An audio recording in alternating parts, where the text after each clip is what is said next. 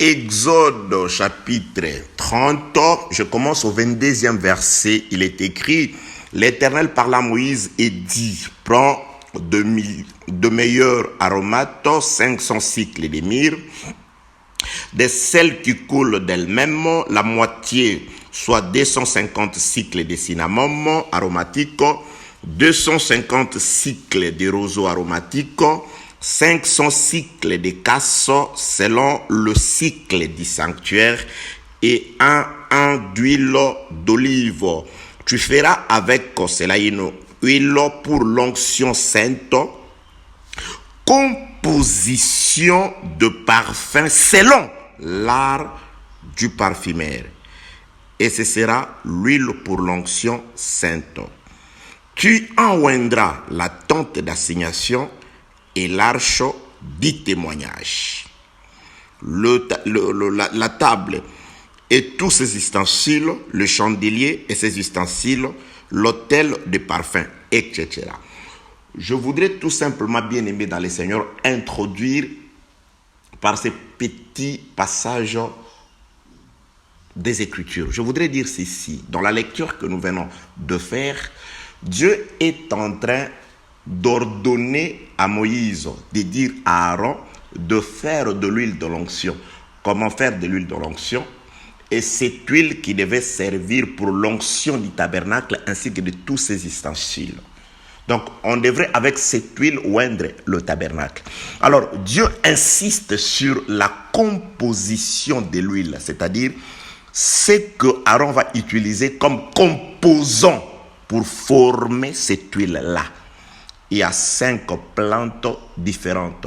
Et Dieu a insisté, il a donné les noms des plantes, les noms précis des composants.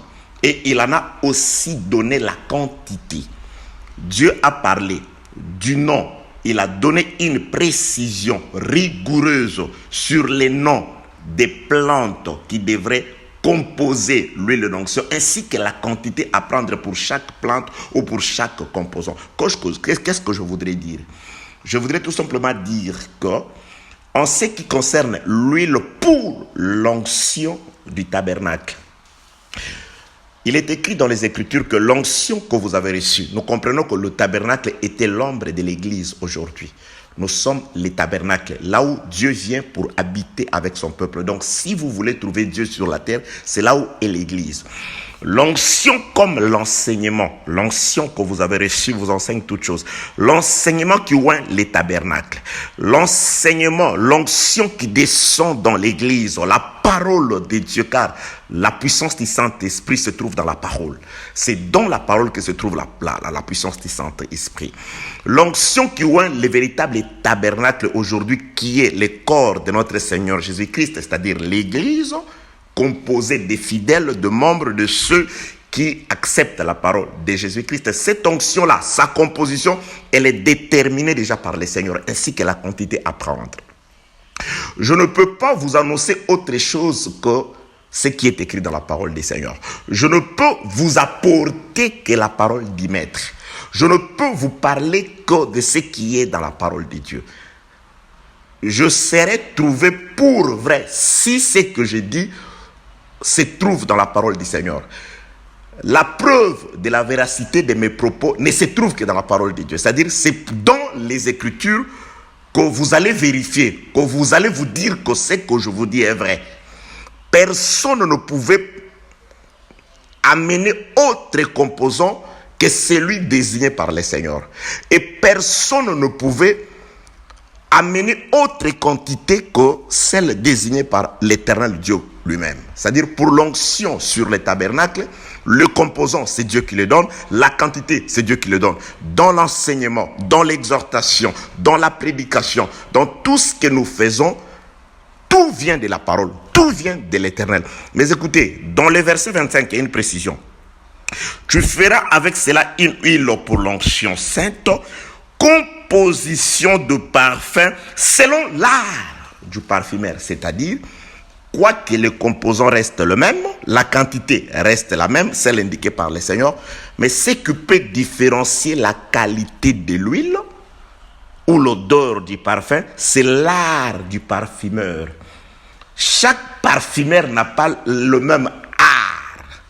Raison pour laquelle Daniel a déclaré que lorsque le livre sera scellé, ceux qui la liront augmenteront, la connaissance sera augmentée. Mais ceux qui enseigneront la sagesse brilleront comme des étoiles. Donc, les étoiles, c'est aussi des parfumeurs, c'est des enseignants. Mais le frère Paul dit que toutes les étoiles ne brillent pas de la même façon. Ça veut tout simplement dire les étoiles sont fixées au ciel afin d'éclairer la terre. Les étoiles, c'est ça le ministre. Par la parole, nous éclairons la terre afin que l'oiseau puisse voler vers le ciel. Il n'y a pas enlèvement si l'illuminé n'éclaire pas la terre.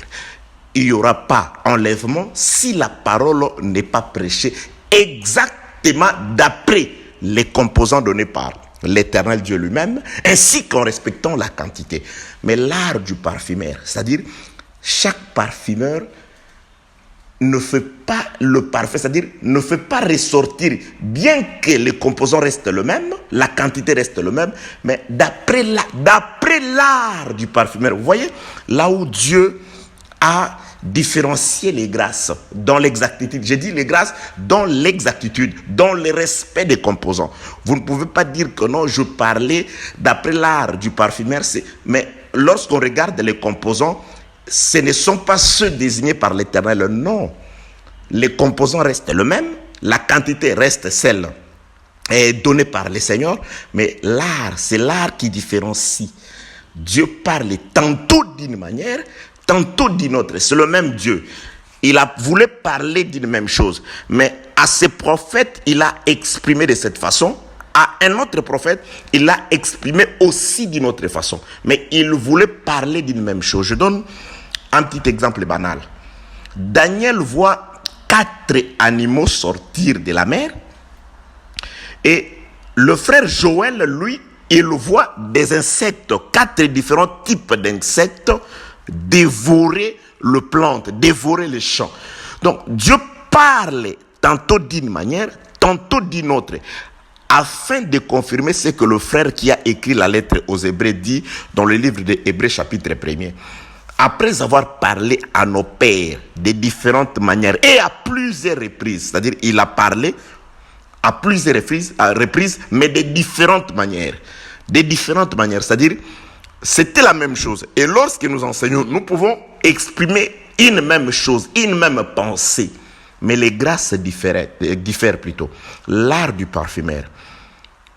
Je le dis comme introduction par rapport à ce qui va suivre. Que la paix, la grâce et la miséricorde de Dieu soient avec vous. Je suis dans notre texte de base. Donc, je prends Matthieu chapitre 10e, le verset 16.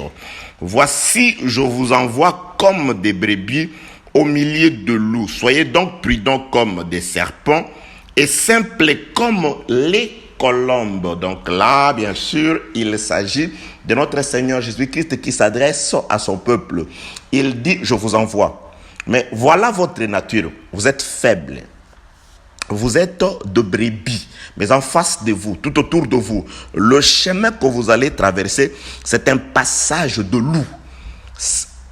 Pour y survivre, il vous faudra être comme les serpents et être comme la colombe. Il a précisé les serpents dans la prudence et la colombe dans la simplicité. Nous avons fait des détails dans cet enseignement où nous sommes arrivés à la seconde partie. La première partie, c'était l'école du serpent, là où les disciples doivent apprendre la prudence du serpent. Et après avoir été chez les serpents, les disciples devront aussi aller chez la colombe afin d'apprendre la simplicité et devenir comme les colombes. Nous avons expliqué qu'il y a 2 écoles. Il y a des animaux. Il y a le serpent qui est un animal terrestre et il y a la colombe qui est un oiseau, c'est-à-dire une espèce céleste, une espèce qui vole. Nous avons, par les Écritures, grâce au Saint-Esprit, compris que la prudence du serpent parlait de la mort de notre Seigneur Jésus-Christ. La mort de Jésus où il a bâti une maison. Parce que Moïse le Jésus-Christ dit, de même que Moïse a élevé les serpents, il faut que le Fils de l'homme soit élevé. Donc Jésus, c'est la réalité du serpent que Moïse avait élevé au désert. La mort de Jésus-Christ a fait bâtir une maison pour nous, selon qu'il avait déclaré lui-même: détruisez ces temples, je le rebâtirai dans 3 jours. Les frères Jean dit, il parlait du temple de son corps. Donc, on devrait le mettre à mort afin que par la mort, qu'il bâtisse une maison solide pour nous. Et il dit, Jésus-Christ lui-même, je bâtirai mon église sur la pierre. Donc, par la mort, Jésus-Christ est allé trouver une pierre sur laquelle il a bâti une maison solide, afin que s'accomplisse toujours ce qu'il avait déclaré dans le livre de Matthieu chapitre 7, à partir du verset 24, où il dit que celui qui entend mes paroles et les garde, il est capable, il est comparable à une personne qui a bâti sa maison sur le rocher, à un homme prudent qui a bâti sa maison sur le rocher. Lorsque les vents, le torrent ainsi que la pluie se sont lancés contre cette maison, la maison a résisté. Donc Jésus-Christ parlait de lui-même, de la prudence à travers laquelle Jésus-Christ est allé bâtir une maison solide pour nous. L'église, c'est la maison solide bâtie sur les fondements par Jésus. Ce n'est pas la maison d'un homme, mais c'est la maison du Seigneur. Et il a dit, les portes de séjour des morts ne prévaudront jamais contre l'église. Donc, Jésus-Christ, lorsqu'il envoie ses disciples vers les loups, donc, il doit les préparer, c'est-à-dire Jésus-Christ lui-même, comme étant les serpents que Moïse élève par la mort, il doit bâtir une maison pour assurer la sécurité de la vie de ses disciples. Raison pour laquelle nous avons commencé par intituler la première partie de notre enseignement à l'école du serpent, les constructeurs. Donc, comme serpent, par sa mort, Jésus bâtit une maison de sécurité pour son peuple. Et quand il bâtit une maison de sécurité pour le peuple, maintenant nous sommes en sécurité. Il dit, je bâtirai mon église et les portes de séjour des morts ne prévaudront jamais contre elle. Alors, les portes de séjour des morts, Jésus-Christ le représente comme étant les loups. Il dit, au milieu des loups, mais allez apprendre chez les serpents la prudence. C'est-à-dire, allez vous réfugier dans la maison de Dieu, dans ces bâtisses du Seigneur, bâties sur le rocher. C'est là où les portes de séjour de mort, c'est-à-dire, lorsque les loups s'élanceront contre cette maison, la maison sera en sécurité. Jésus-Christ, il parle dans le livre de Jean chapitre 10, il dit, il est le bon berger, il est celui qui tient face aux loups.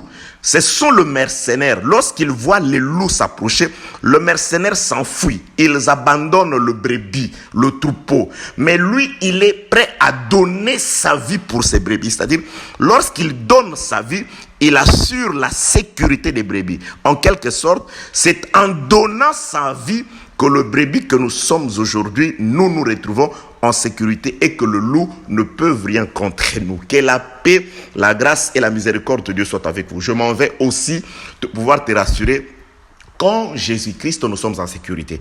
Donc, les bons bergers qui donnent sa vie pour ses brebis, c'est-à-dire pour sécuriser ses brebis, c'est Jésus-Christ. Ça a déjà été illustré en Égypte. En Égypte, un berger, c'est-à-dire l'agneau, avait donné sa vie.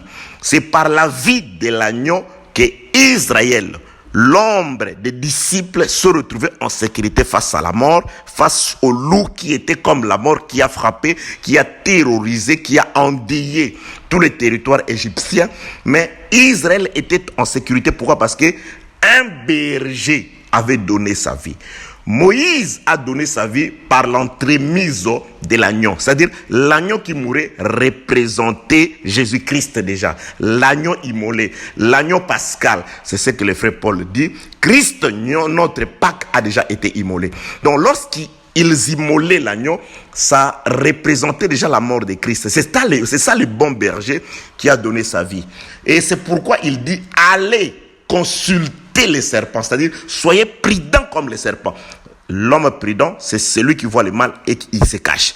Jésus-Christ, voyant le loup, voyant le porte de séjour des morts, voyant le torrent, la pluie, ainsi que la tempête, il doit se cacher.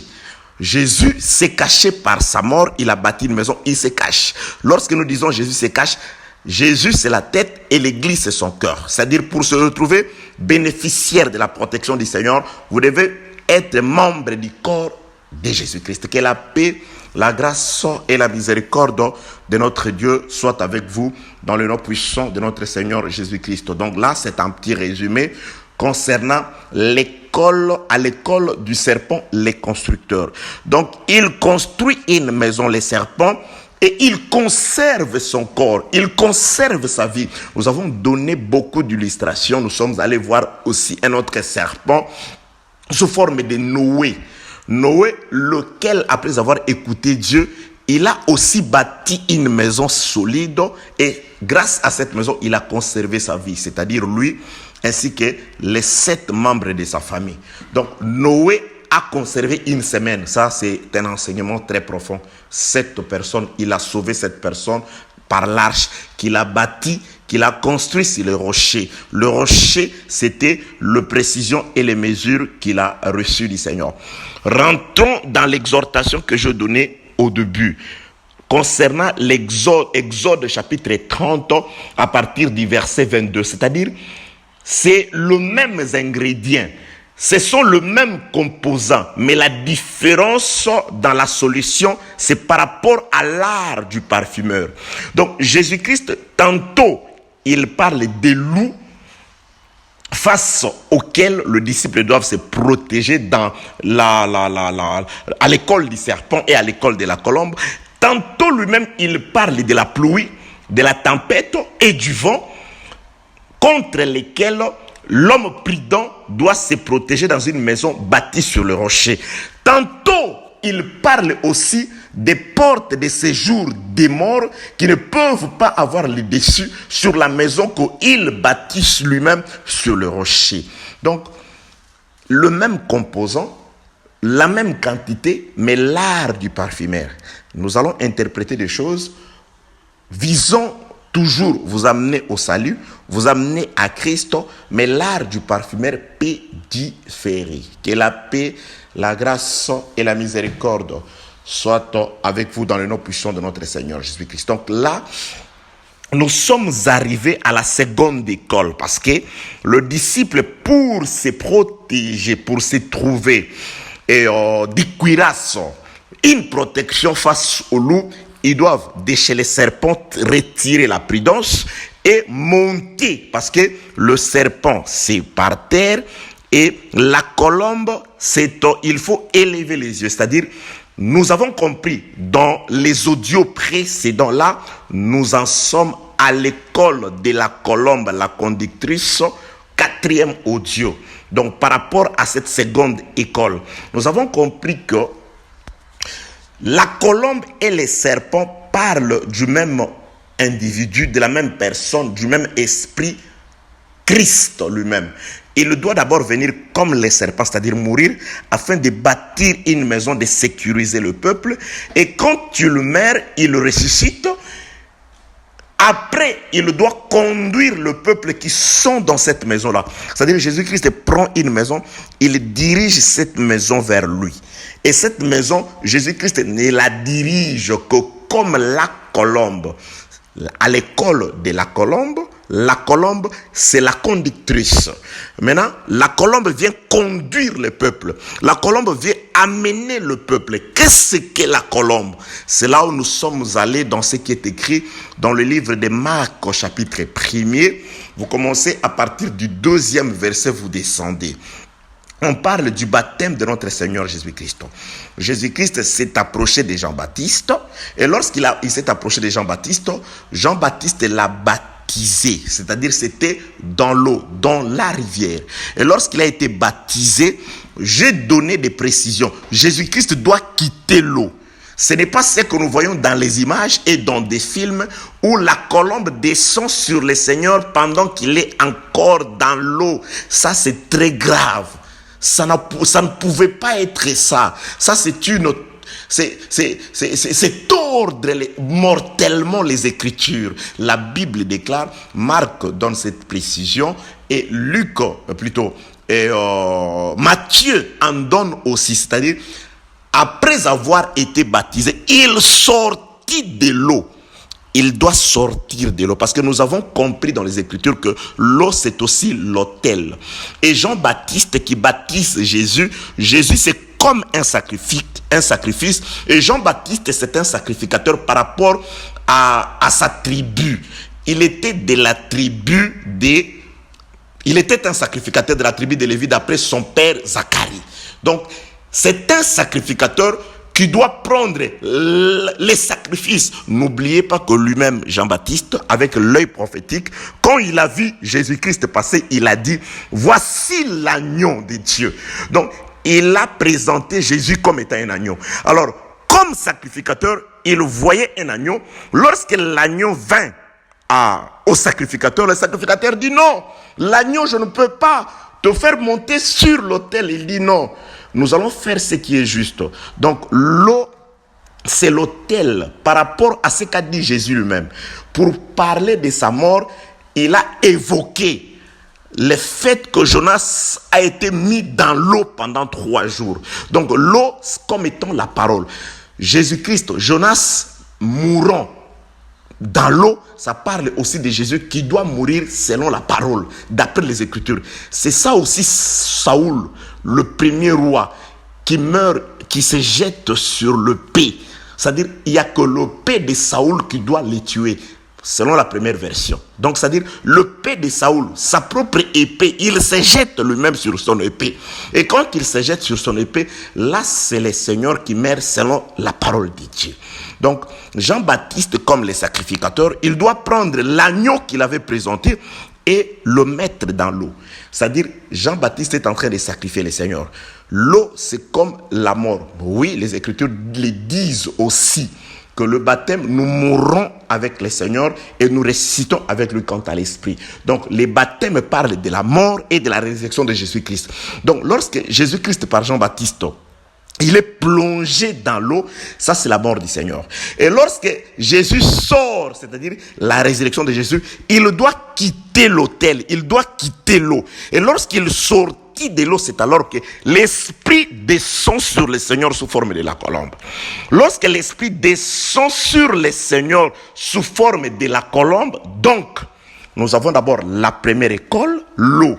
C'est ça l'école du serpent. Car le serpent qui est élevé par Moïse parle de la mort. Jésus-Christ dit, soyez prudents comme les serpents. Or, c'est Moïse qui élève les serpents. Lorsque Jean-Baptiste plonge Jésus dans l'eau, Jean-Baptiste représente Moïse parce qu'ils sont de la même tribu. Il doit aussi élever les serpents. Donc, Jésus dans l'eau, c'est l'élévation du serpent. C'était l'ombre de l'élévation du serpent. C'était l'ombre de la mort de Jésus. Et de même que Jésus-Christ dit, allez d'abord considérer les serpents, apprenez la prudence chez les serpents, ensuite allez chez la colombe. C'est pourquoi lorsque Jean-Baptiste comme Moïse, il plonge Jésus dans l'eau, lorsque Jésus-Christ en sort, la colombe, l'esprit doit descendre sur le Seigneur sous forme de la colombe. Donc, j'avais dit, il ne faut pas intervertir l'ordre. Il y a des gens qui disent avoir le Saint-Esprit sans avoir été dans l'eau. D'abord, c'est l'eau. Physiquement aussi, je parle du baptême qui est une nécessité, qui est une obligation doctrinale. Baptême de l'eau. Mais je parle aussi de la purification par la parole. Nous devons mourir, les baptêmes comme la mort. Bien aimé, la parole doit d'abord détruire les œuvres de la chair. Le Saint-Esprit vient comme un gage. Le frère Paul dit ceci, je suis dans le livre d'Éphésiens chapitre 2e, à partir du 13e verset. Éphésiens chapitre 2, verset 13 et 14, je vais l'énoncer juste. Il dit, en lui, en Jésus, après avoir écouté l'évangile du salut, la parole de la vérité, en lui, vous avez cru et il vous a scellé du Saint-Esprit qui est un gage pour le jour de la rédemption. D'abord, c'est la parole. En lui, après avoir écouté l'évangile de la vérité, virgule, la parole du salut, d'abord, il faut écouter l'évangile. Il faut écouter la parole. Lorsqu'on écoute l'évangile, on écoute la parole, c'est alors qu'un sceau vient dans le cœur. Bien aimé, le sceau ne précède pas l'écoute de la parole. Je parle du Saint-Esprit comme étant un gage de la rédemption. Je ne parle pas du Saint-Esprit aspect manifestation du don. Il y a une différence. Chez Corneille, ces hommes-là, ils ont juste écouté Paul et comment Pierre parlait, ils ont reçu le Saint-Esprit, ils ont prophétisé. Ça, ce n'était pas les gages pour les jours de la rédemption. C'était juste la manifestation de l'Esprit comme promis. Mais il y a le Saint-Esprit qui vient comme un sceau. Je vous donne un exemple dans l'Ancienne Alliance. Dieu appelle Abraham. Abraham accepte Dieu. Lorsque Abraham accepte, là, c'est le frère Paul qui l'explique dans le livre des Galates. Il parle de l'appel d'Abraham. Lorsqu'il est Abraham, Dieu le fait sortir. Là, il a 75 ans, 75 ans, 75 ans. Il accepte l'appel de Dieu. Il accepte de suivre Dieu. Là, il a accepté. C'est un incirconcis. Et lorsqu'il a 99 ans, c'est-à-dire 24 ans après, c'est alors que Dieu va lui donner la circoncision comme un sceau par rapport à la foi qu'il avait manifestée quand il était encore païen. Qu'est-ce que je vais dire? Pour un païen, d'abord c'est la parole. D'abord c'est la manifestation de la foi. Et la foi dont je parle, c'est croire à la parole par les œuvres.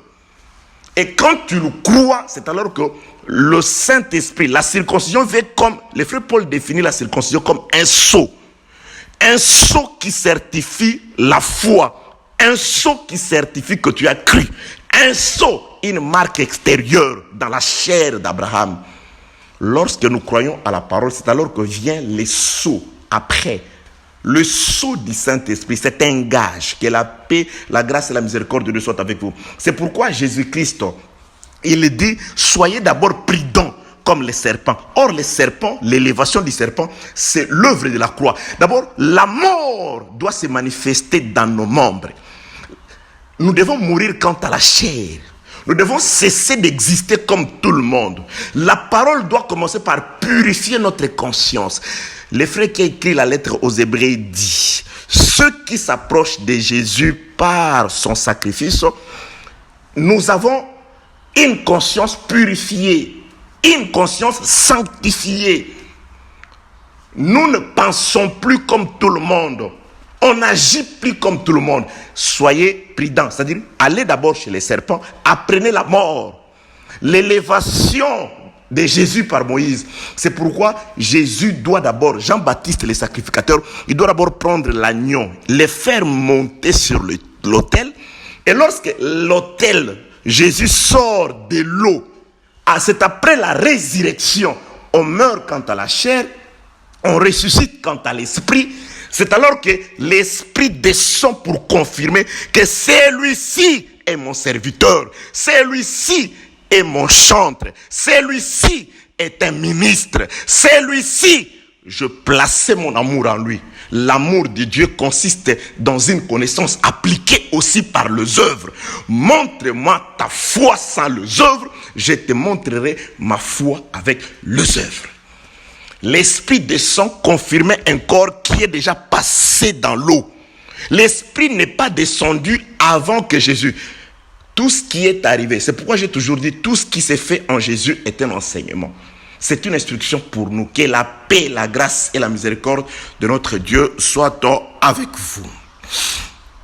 Bien-aimés dans le Seigneur, je m'excuse. Lorsque le Seigneur Jésus-Christ, lorsqu'il sort dans l'eau, et quand il va sortir de l'eau, c'est alors qu'il va s'accomplir quelque chose. Qu'est-ce qui va s'accomplir? Il va s'accomplir que l'Esprit descend. Et quand l'Esprit descend, nous allons lire ce que Marc nous dit. Juste une petite précision avant de pouvoir commencer à exploiter ce que j'avais promis la fois passée. Je prends Marc au chapitre 1er. Je vais prendre Marc chapitre 1er. Attendez, je cherche. la même Bible, parfois. Oui, Marc chapitre 1er. Marc chapitre 1er, verset 12. Non, je prends, attendez, je vais prendre Matthieu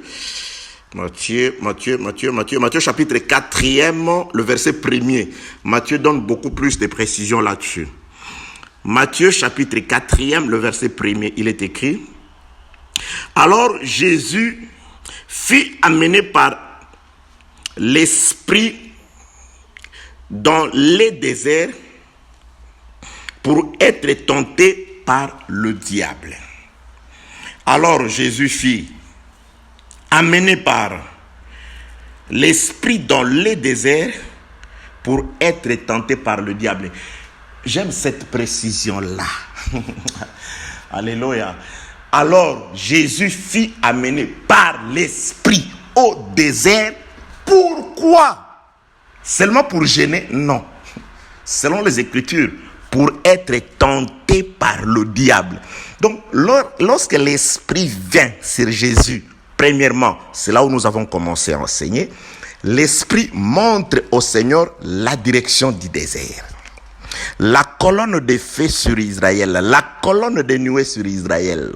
Lorsque Israël sort du baptême, c'est-à-dire traverse la mer Rouge, le passage obligé, c'est le désert. Nous l'avons expliqué que ce que Jésus-Christ fait, il accomplit le parcours d'Israël.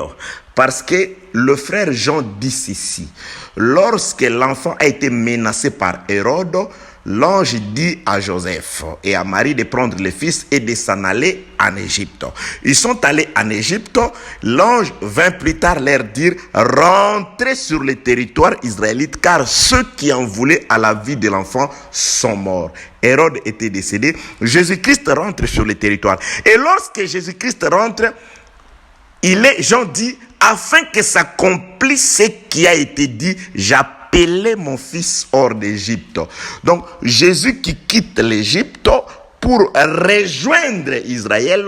Donc, c'est l'accomplissement de ce qu'Israël avait fait. C'est pourquoi Dieu dit à Moïse de dire à Pharaon de libérer son fils premier-né. Donc, ce qu'Israël faisait, Jésus-Christ est venu l'accomplir dans son corps.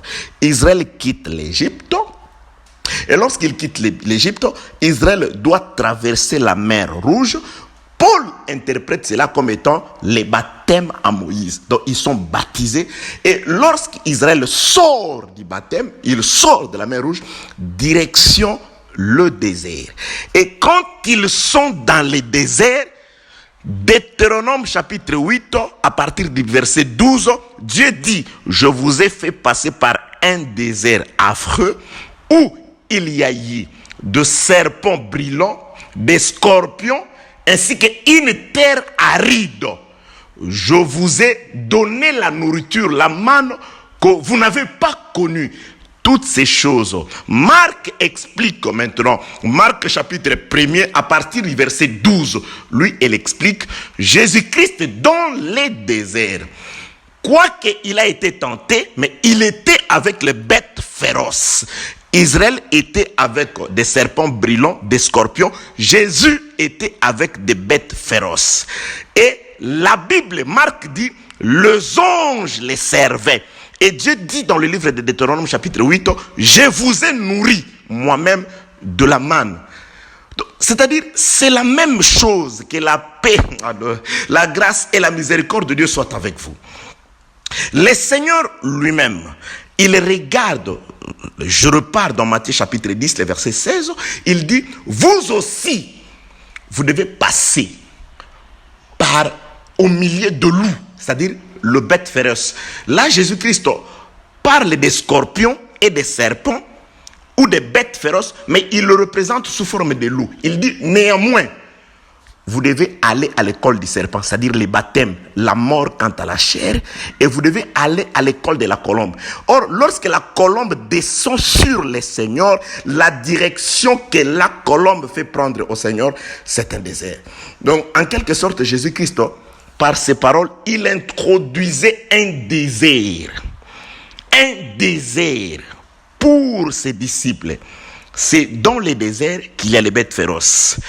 L'Église aujourd'hui, après les baptêmes, nous entrons aussi dans ces déserts, dans un désert.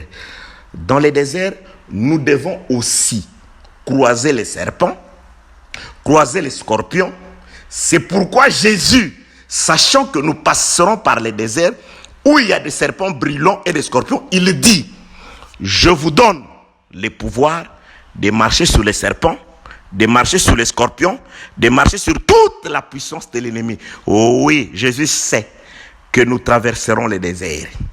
Nous sommes en train de traverser les déserts. Il y a des serpents brûlants, il y a des scorpions, mais il nous a donné le pouvoir. Voilà l'avantage que nous avons de croire à Jésus. Le pouvoir qu'il nous a donné, c'est ça les études que nous devons passer dans des écoles.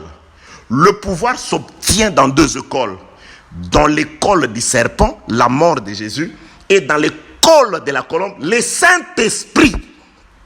C'est pourquoi Jésus, après sa mort, il parle. Là, je sais un peu de dire ce que je dirais lorsque je parlerai de la simplicité de la colombe. Il dit ceci. J'ai tellement de choses à vous dire. Je ne peux vous les dire maintenant. Mais lorsque la colombe viendra, lorsque le Saint-Esprit viendra, il vous dira. Et voilà, le voici aujourd'hui. Il est en train de te dire. C'est l'accomplissement de la promesse, pas seulement par moi, mais par tout celui qui annonce l'évangile. Par tout celui qui vous éclaircit comment survivre dans les déserts où il y a des serpents brûlants, où il y a des scorpions. Ça ne sert à rien de répéter bêtement les passages des Écritures.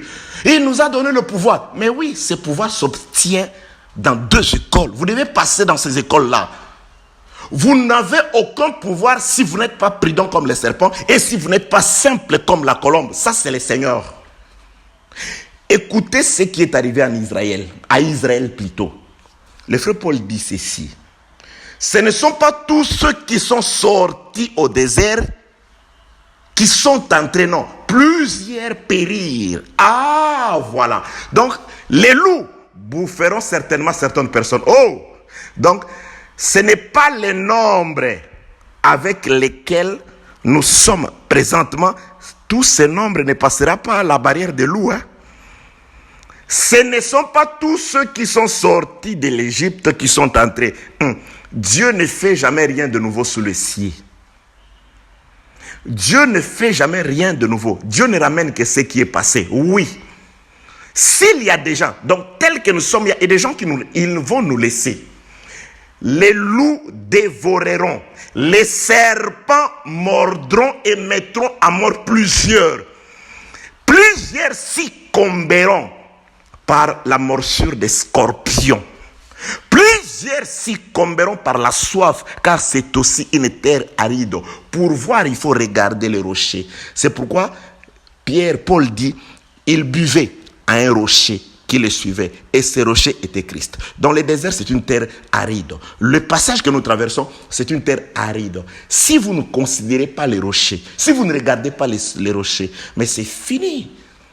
Vous mourrez par la soif. Que la paix, la grâce et la miséricorde de notre Dieu soient avec vous.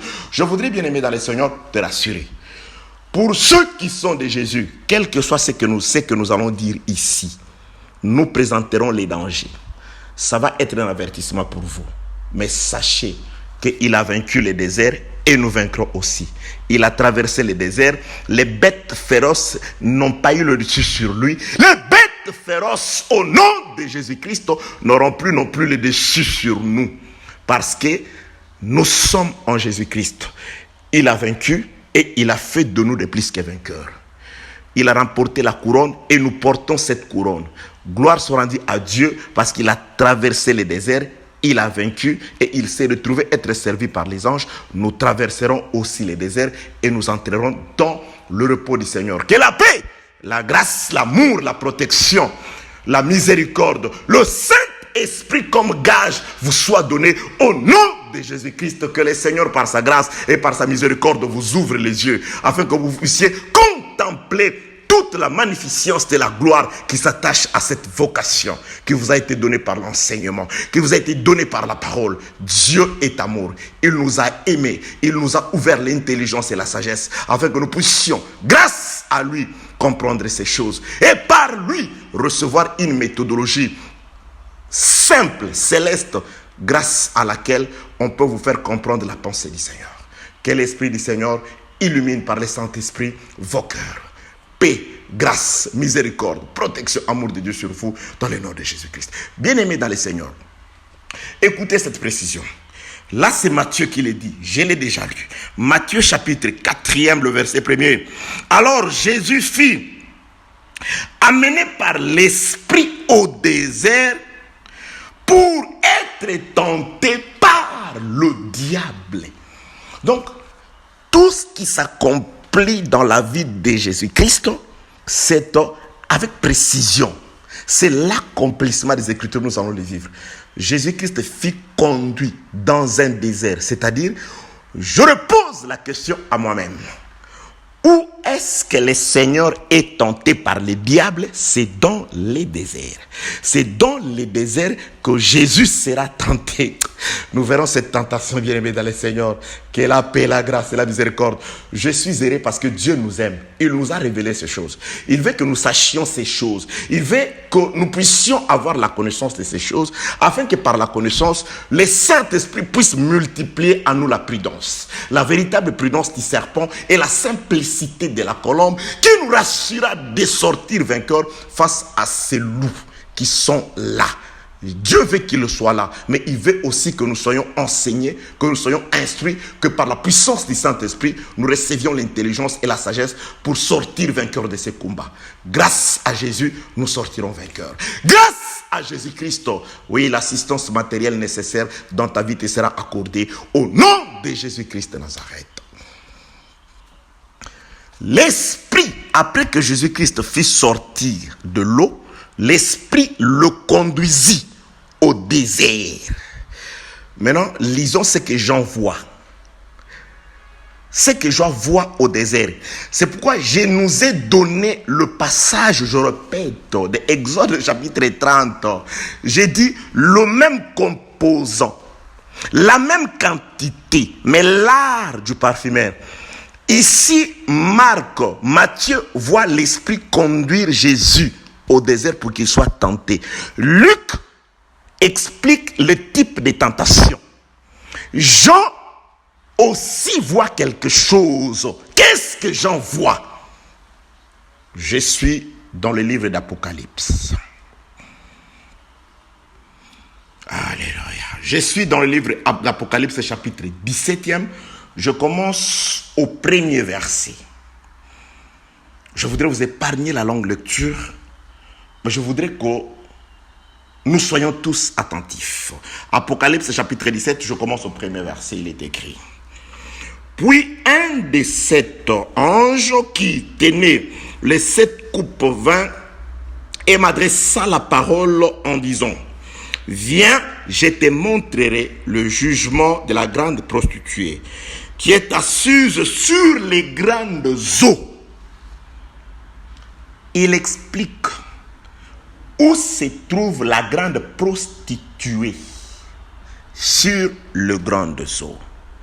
Qu'est-ce qu'une prostituée? D'après les Écritures, une prostituée, c'est une femme, premièrement, qui vend ses services sentimentaux.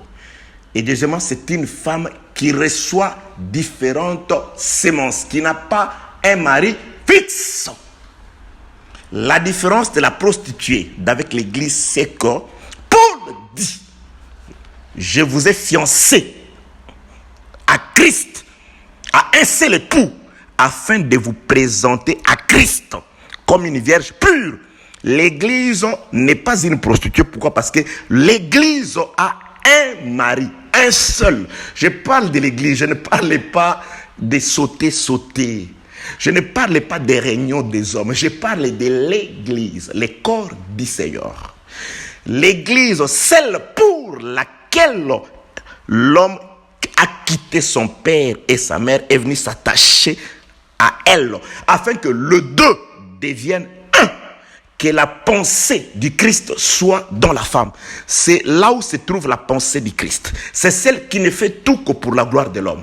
C'est celle qui accomplit la prophétie qui déclare tous les désirs de la femme seront portés vers son mari. C'est-à-dire, c'est cette église qui ne dépend que de Jésus, qui ne regarde que le Seigneur, qui ne fait que pour agréer le Seigneur. Malheureusement, même dans le monde, il y a certaines femmes qui disent, on lui dit, mais pourquoi tu t'habilles comme ça? Ton mari n'aime pas que tu t'habilles comme ça. Non, oui, je sais qu'il n'aime pas que je m'habille de cette façon-là, mais il n'est pas là. Je profite de m'habiller comme ça quand il n'est pas là. Non, ça, ce n'est pas une bonne femme. Une bonne femme, même à l'absence de son mari, elle reflète toujours la volonté de l'homme.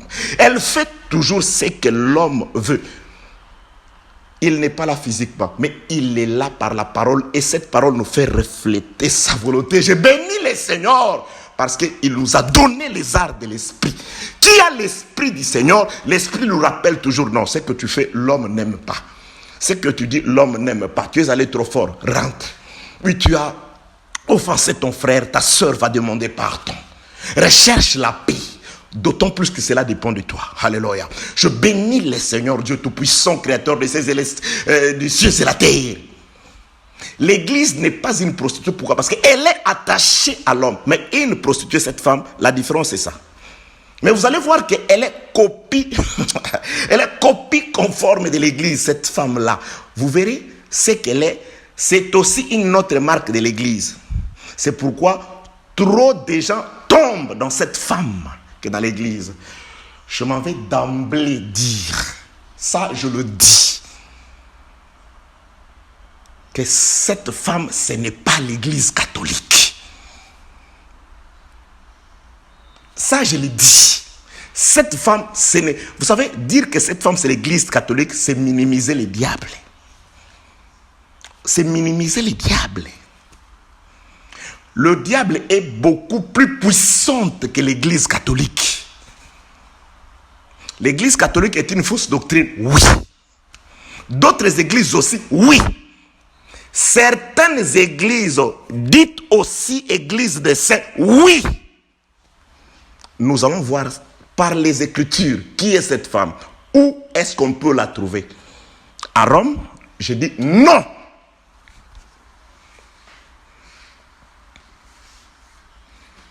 C'est aussi une fausse église, Rome. Elle n'est pas la seule. Et ce n'est pas là que l'esprit de l'erreur a commencé. C'est mal présenter les choses dans les temps. Avant l'avènement de l'église catholique, l'esprit de cette femme n'a pas agi. L'esprit de cette femme n'a pas agi. Du temps des apôtres, cette femme-là, vous croyez qu'elle n'a pas agi? Vous voyez qu'elle n'a pas fait boire le roi de la terre du vin de son impudicité avant l'avènement de son église. Cette femme-là, vous croyez qu'elle n'a pas existé? Ne tombons pas dans l'histoire de l'église écrite par les hommes que nous avons condamnés, que nous voulons encore ramener dans les choses de Dieu. Que la paix, la grâce et la miséricorde de Dieu soient avec vous. C'est pourquoi j'avais donné l'écriture de Exode chapitre 30.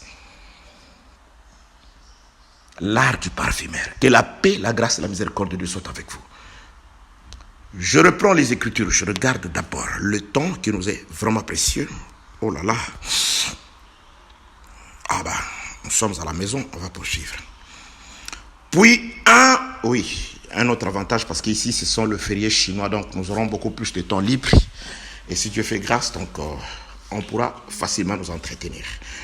Puis Apocalypse 17, verset 1er. Puis un des 7 anges qui tenait le 7 coupes au vin, il m'adressa la parole en disant, viens, je te montrerai le jugement de la grande prostituée qui est assise sur les grandes eaux.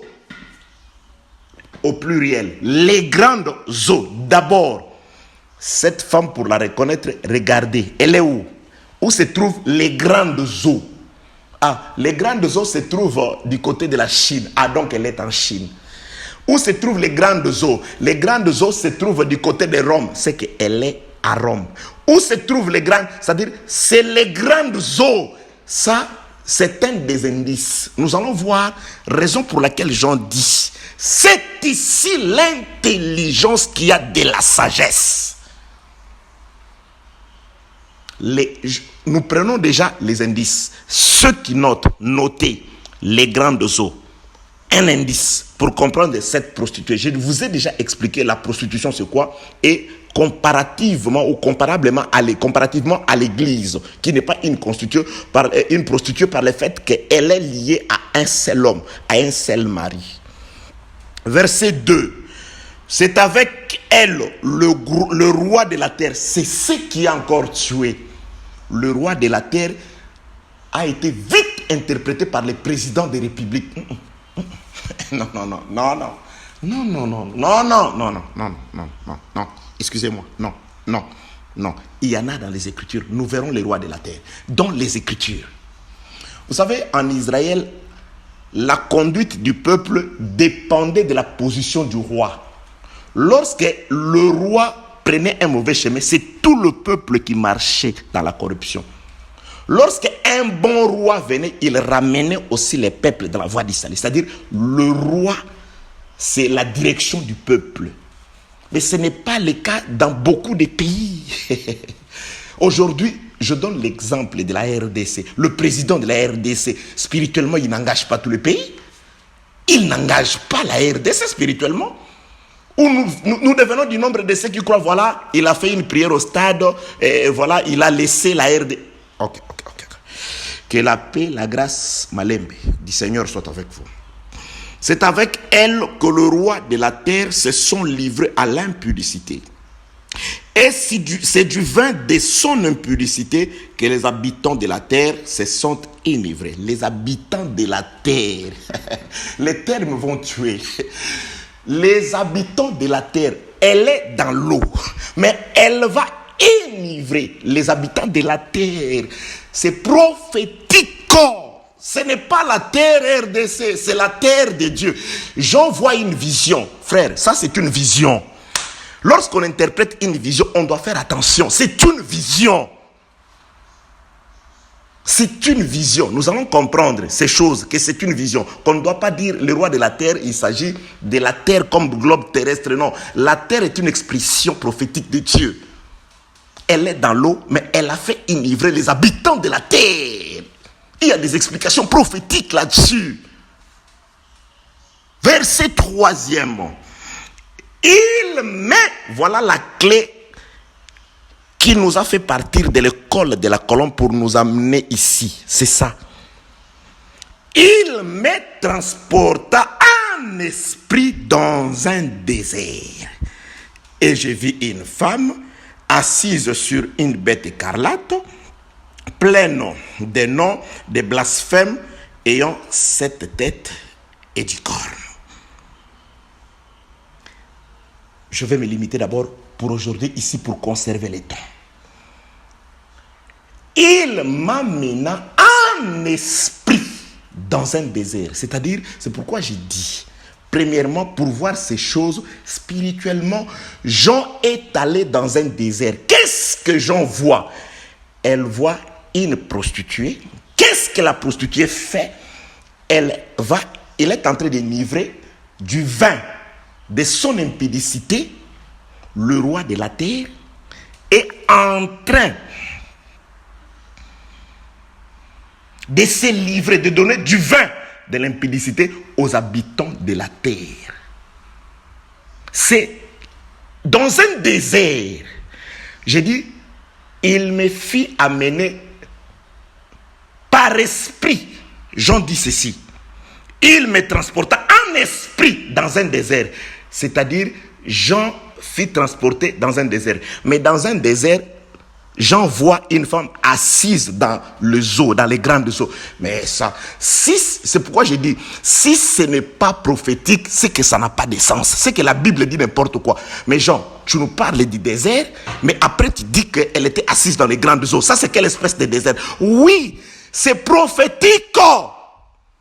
Jean n'est pas le premier à voir ça.